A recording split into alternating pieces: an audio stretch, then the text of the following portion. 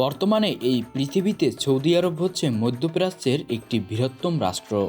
বিস্তীর্ণ মরুভূমি, জ্বলন্ত তাপ, বিশাল তেল সম্পদ, উটের দৌড়, জলমলে শপিং মল, ঐতিহ্যবাহী সুক বাজার। এখানে আপনি আরবের প্রতিটি আকর্ষণই খুঁজে পাবেন। এই দেশটিতে রাজনৈতিক দল গঠন করা যায় না, এটি একটি ধর্মভিত্তিক শাসন ব্যবস্থা।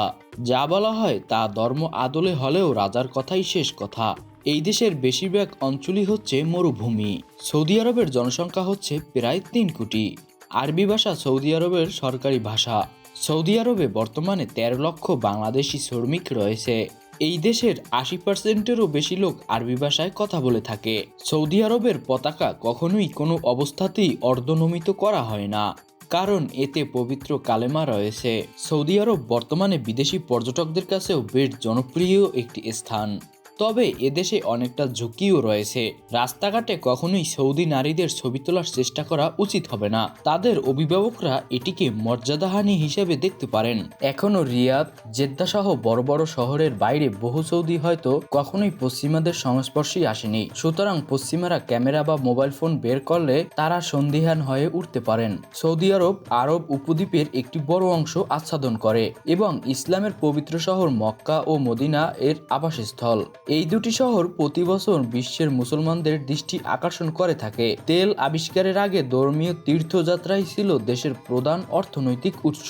প্রতি বছর 16 মিলিয়নেরও বেশি দর্শক আসার কারণে সৌদি আরব দেশটি হয়ে ওঠে বিশ্বের অন্যতম জনপ্রিয় একটি স্থান। এরই ধারাবাহিকতায় আমরা আজকে চলে এসেছি সৌদিতে ঘোরাফেরা করার জন্য।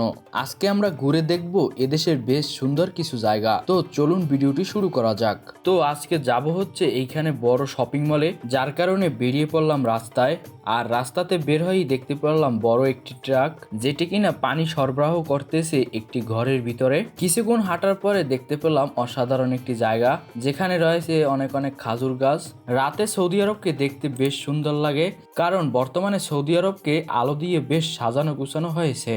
একটু পরে শপিং মলের আশেপাশে চলে আসলাম, আর এখানে আসতেই দেখতে পেলাম শুধু গাড়ি আর গাড়ি। বাংলাদেশে যেভাবে মানুষজন রিক্সা ব্যবহার করে থাকে, আর এখানের মানুষেরা সবাই গাড়ি ব্যবহার করে থাকে। তো আস্তে আস্তে ভিতরের দিকে ঢুকতেছি। আশেপাশে তো দেখতেই পাচ্ছেন জায়গাগুলোকে কত সুন্দর লাগতেছে। একটু পরে চলে আসলাম একটা শপিং মলের ভিতরে, আর এখান থেকে কিছু মেকআপের জিনিসপাতি কিনবো।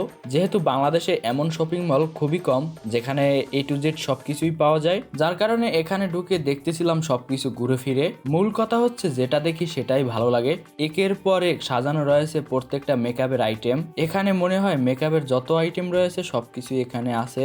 একটু পরে চলে আসলাম এইখানে আসার পরে দেখতে পেলাম ছোট্ট একটা কোরআন শরীফ, কিন্তু কোরআন শরীফটা দেখতে মাশাআল্লাহ অনেক সুন্দর লাগতেছিল। তারপরে আমরা কোরআন শরীফটা খুলে দেখতেছিলাম যে এর ভিতরে লেখা কেমন। সৌদি আরবে কোরআনের প্রতি অনেক বেশি টাকা খরচা করা হয়ে থাকে, যার কারণে কোরআন শরীফ গুলোকে দেখতে বেশ সুন্দরই লাগে। একটু পরে চলে আসলাম এই সানগ্লাসের কাছে। তো সানগ্লাস পরে দেখতেছিলাম যে আমাকে কেমন লাগতেছে, তো দেখলাম বেশ ভালোই লাগে। এরপরে চলে আসলাম এইখানে নেল পালিশ কেনার জন্য, কিন্তু একের পর এক সাজানো রয়েছে হাজার হাজার নেল পালিশ। সবকিছুর নাম তো জানাই নেই আর চিনিও না। কিছুক্ষণ পরে বাইরে বের হয়ে দেখতে পারলাম পুরো মার্কেটটিকে।